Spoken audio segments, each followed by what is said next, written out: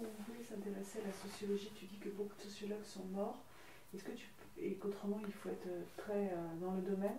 Si quelqu'un voulait avoir, est-ce que tu pourrais citer quelques noms, à part Bogoté, etc., d'autres noms de sociologues intéressants d'après toi? Ouais, bah alors du coup, dans ceux qui sont morts, tous les pères fondateurs, faut au moins les étudier sans forcément les lire, mais au moins les étudier. Tout ce qui est Durkheim, Marx, Weber, Comte, qui vient de Montpellier en plus, qui a créé le positivisme et tout, donc c'est assez intéressant. Pour faire vite, le positivisme, c'est le fait de anticiper ce qui pourrait aller mal pour que ça aille bien. Lui, en gros, il a eu un gros traumatisme avec la Révolution française. Il habitait près du parc du Pérou à Montpellier, et en gros, devant sa fenêtre, il y avait la guillotine, et du coup, tous les matins, il se réveillait, il y avait du sang ou des têtes sur sa fenêtre, et du coup, ça l'a un peu traumatisé quand même, ce qui est logique, hein, c'est pas méga intéressant comme réveil, on préfère quand même le chant des oiseaux et le soleil qu'une tête décapitée. Et du coup, il a créé ce truc du positivisme à vouloir améliorer la société avant que ça dégénère. Donc, ce genre de père fondateur, c'est méga intéressant pour au moins comprendre dans quel monde on vit actuellement. Après, c'est pas vraiment un sociologue, mais Nietzsche, qui est une sorte de philosophe sociologue, qui à l'époque était incompris, a en fait très bien décrit le monde actuel.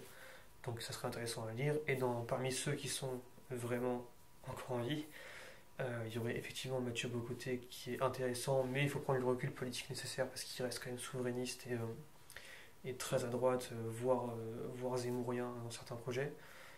Ensuite, un autre sociologue intéressant, alors, il y aurait parmi mes profs, il y aurait alors Vincenzo Susca, qui lui est italien, mais qui enseigne à Montpellier du coup, et qui s'intéresse énormément à l'imaginaire, à tout ce qui est alors, du coup pornographie, les séries télé, l'art en général, et le transhumanisme et le posthumanisme.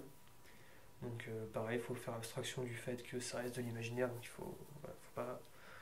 On est sur des livres très. Ça part dans tous les sens et tout ça, mais il y a une théorie derrière.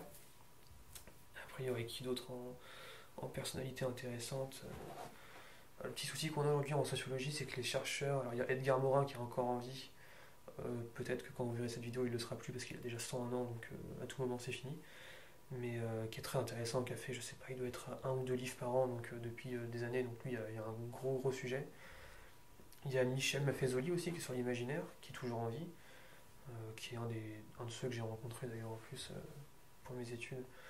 Euh, Très décrié parce que bon, en sociologie il y a beaucoup de politique et du coup quand il y a la politique qui rentre en jeu ça fout un peu le bordel on va dire, mais il a fait des théories intéressantes notamment sur les gilets jaunes là, il n'y a pas longtemps où il a écrit un livre qui s'appelle je crois que c'est l'ère des soulèvements quelque chose comme ça. Enfin c'est un rapport avec le fait que le peuple se soulève et qui a une plutôt bonne analyse sur le climat qu'on vit actuellement, le fait que tout le monde est un peu une bombe à retardement et que voilà, tous les problèmes sociaux sont en train d'exploser, notamment dû à 40 ans d'incompétence généralisée dans plein de domaines, ou de malhonnêteté dans plein de domaines. Donc lui, il est méga intéressant aussi.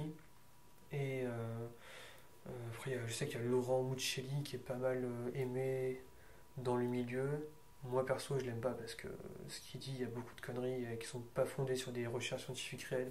C'est beaucoup de ressenti personnel, ce qui n'est pas vraiment de la recherche du coup. Et en plus, dernièrement, il a viré totalement anti-vax, anti-pass, anti-machin, enfin anti-tout, quoi, concrètement. Donc je pense que ça a un peu basculé. Et après, il y en a plein d'autres, en vrai, hein.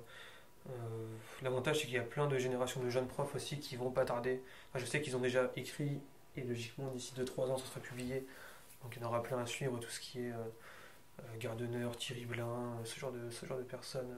Il y aura des trucs à suivre très clairement. Mais je pense qu'aujourd'hui, c'est pas encore public, ça doit être que dans le milieu de la recherche qu'on peut y avoir accès. Donc si on veut s'y intéresser, c'est pas par eux qu'il va falloir commencer, quoi. Il faudra commencer par les pères fondateurs et après, naturellement, dans tout livre, il y a une bibliographie. Il faut regarder la bibliographie et c'est un peu un jeu de piste quand on commence par tel endroit. Bibliographie, ça nous entraîne sur plein de choses. Et le meilleur site que je puisse donner, clairement, c'est le Cairn, hein. Si on va sur le Cairn, il y a toutes les infos en sciences humaines et on trouve forcément notre bonheur là, ça c'est sûr.